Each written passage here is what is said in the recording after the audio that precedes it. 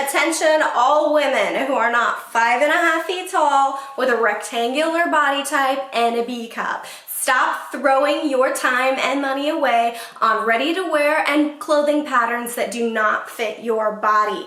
My name's Christine, and today I'm going to show you how to draft patterns of the dress form so you can start making clothing that actually fits your body. Before you start drafting patterns on a dress form, you actually have to buy a dress form. I highly recommend you buy an adjustable dress form like this one, where you can adjust the settings on the hips, the waist, and the bust. But you are also welcome to buy a non-adjustable dress form that looks a lot like this, as long as you pad it out in the hips or the waist or the bust to fit your measurements. I was able to draft a dress for my aunt using this mannequin, but I had to do a lot of alterations on her afterwards. So I don't recommend buying a mannequin or a store display. You can't alter them, and realistically, nobody is shaped the same as a store-bought mannequin. Save yourself the trouble.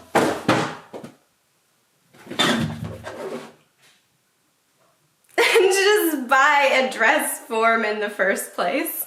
When you're shopping for a dress form, you need to make sure that you have 4 measurements that fit your body specifically in order to make clothing that actually fits you. Ask somebody else to measure you because you really want these measurements to come out right. Start with your bust measurement, wearing a bra that is padded or unlined as much as the standard bra that you wear. Measure the narrowest part of your waist and the widest part of your hips and butt. As long as you buy a dress form that is smaller than these measurements, you can pad it out or adjust it out to fit you. But the most important measurement that you need when you buy a dress form is the measurement from the nape of your neck to your natural waistline. That's because if your torso is either taller or shorter than your dress form, you will have to alter all of your patterns in either the shoulder, the bust, or the waistline to actually fit you.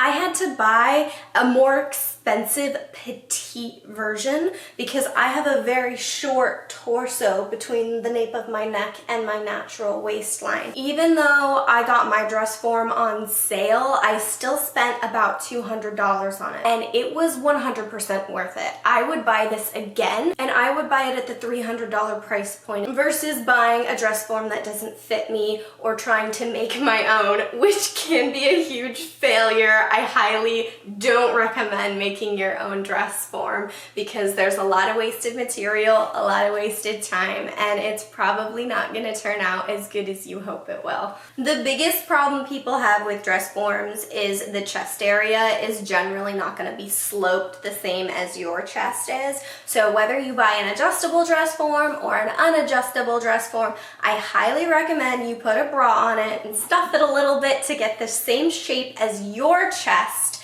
so that the clothing you draft with it is gonna fit better. And this will also help if you have a very narrow waist like I do. If I adjust my dress form to fit the same size bust that I have, then the waist also expands, and it expands a lot more than my natural waistline is. So I found that tapering the waist in and adding the bra over the top helps fix that issue that I have when I adjust a dress form. You also want to shape the booty area to have a similar slope and angle as your own, so that when you draft weird stuff like what I'm wearing, it fits your hips and butt as well. When you do buy your dress form, I highly recommend you make your own sleeve for it. It's good practice to learn how to tailor to your shape, and it also will help protect your dress form from all the pins that you're sticking into it. Most people like to use fabric or paper for pattern drafting, but I like to use grocery bags because they're transparent, so they're easier to work with and they're cheaper. The most useful block that you can draft with a dress form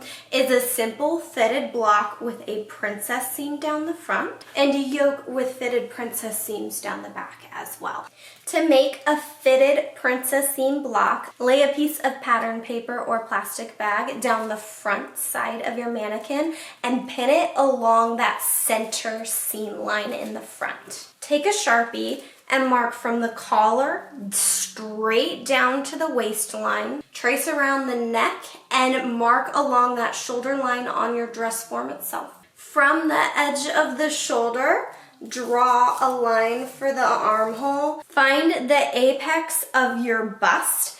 It should be the spot that is tightest. Draw from the apex of your bust and curve to that shoulder. Then make a line from the apex of your bust line down to your waist. I like to mark the waistline at a comfortable shirt length for myself, but you're welcome to extend this down past your hips if you want a fully fitted dress block.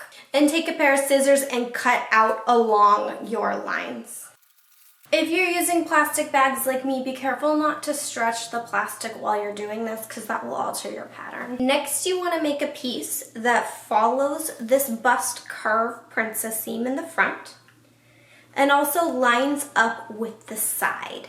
Follow the curve you already marked with the front panel. Start your shoulder about an inch below the shoulder of your mannequin to give you a little extra room in your armpit for movement. You can extend this out just a little bit, about a ½ inch or an inch or so, for extra ease and movement if you prefer a more loosely fitted bust. Start with the yoke on the back side. Trace your shoulder first, lining it up with the front side. Trace a collar. Make a line down the center of the back. Bring the shoulder around. And you want to find the center line for the back of the yoke. It's generally going to be on that spot where the back starts curving forward to the shoulder, where your pattern starts to hang off the shoulder. And bring that to the spot where the pattern starts to warp in the center of the back and shoulder here.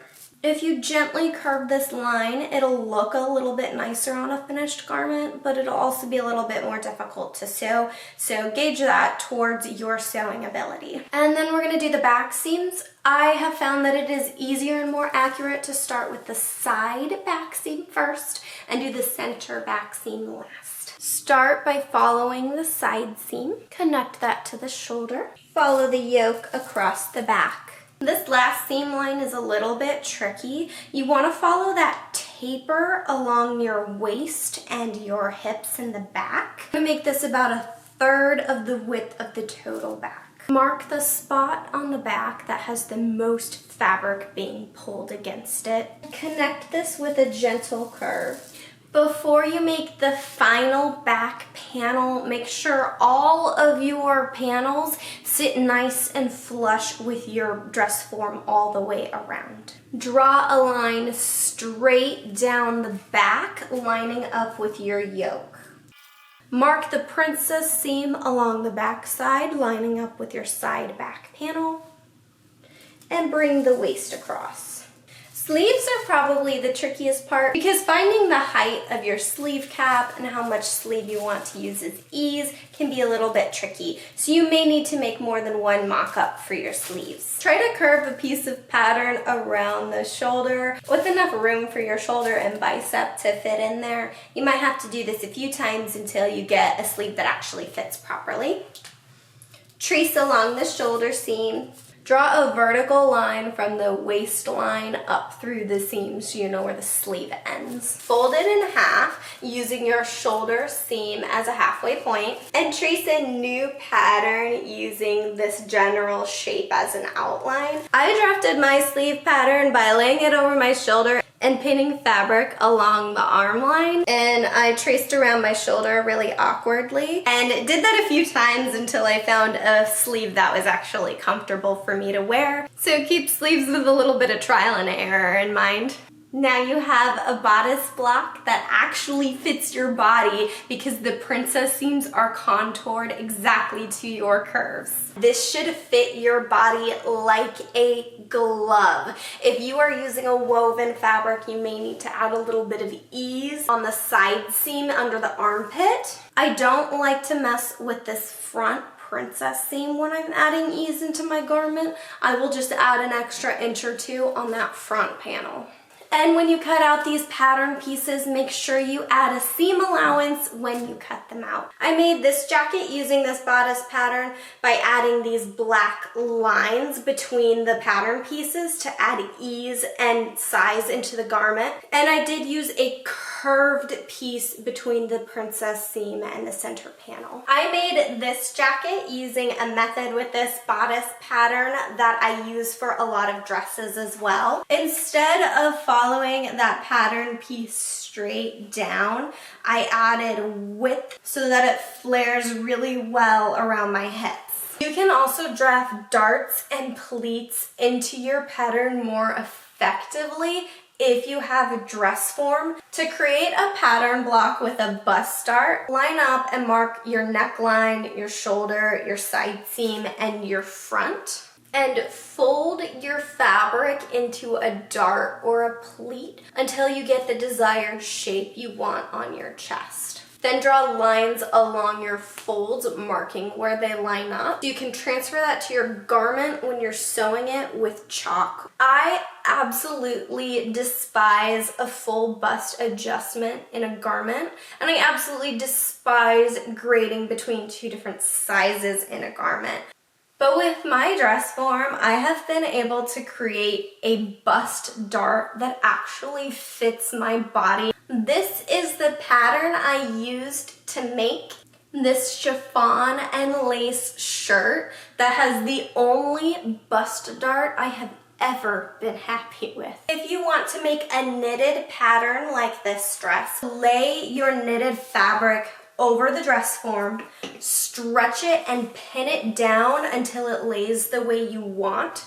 Cut it out along the dress form, along the seam line that you want it to be, and then transfer it to a flat pattern. It took me a while to draft a nice knitted pattern that flowed from my bust to my waist to my hips without a lot of excess fabric or weird bunching. Ultimately, I drafted a pattern where the back is narrower at the top, wider around the fullest part of my hips, and the front is wider around my chest and narrower through the hips. I found that that fits my body a little bit more comfortably because I have very wide hips. You can also create really draped garments on your dress form. You can line pieces up, tack them together, or you can gather and pleat the fabric first and then tack it together on your dress form with hand basting. And I actually did that with this skirt I'm wearing today. If you gain or lose weight, you can still use your dress form to draft patterns with, even if you can't adjust it. And that's because your height is still gonna be the same. Even though I gained a lot of weight since I adjusted this dress form, I was still able to make this jacket that fits me so comfortably. I started by drafting a pattern the same way I did with that bodice pattern I showed you earlier, but I added a few extra inches on the side seam and an extra inch in the shoulder to accommodate for my larger bust. And I added an elastic waistline so that it sits comfortably around my waist. So don't worry that you're gonna have to throw your dress form out and waste money on it if your weight fluctuates. You can always add an extra inch when you draft your pattern to make sure that it still fits comfortably. I guarantee you are going to love the clothing you make if you draft it on a dress form that fits your body type. So what are you waiting for? Go get yourself a dress form, go get yourself some plastic bags or some paper, and go start drafting your own garments. I hope you enjoyed this video and that you learned a little bit how to construct your own patterns and garments using your dress form. And if you have any other questions, let me know. You can always ask me in the comments and I will give you as detailed of a response as I can. I might even make a tutorial on it if I think it would help other people as well. If you learned something new from this video, hit that like button, leave a comment, let me know what I taught you. And if you want to watch me complete a garment start to finish using my dress form to draft the pattern, then hit that subscribe button because I'm going to make some more videos in the future using this method. Thank you for watching my video, everyone. Have a nice day.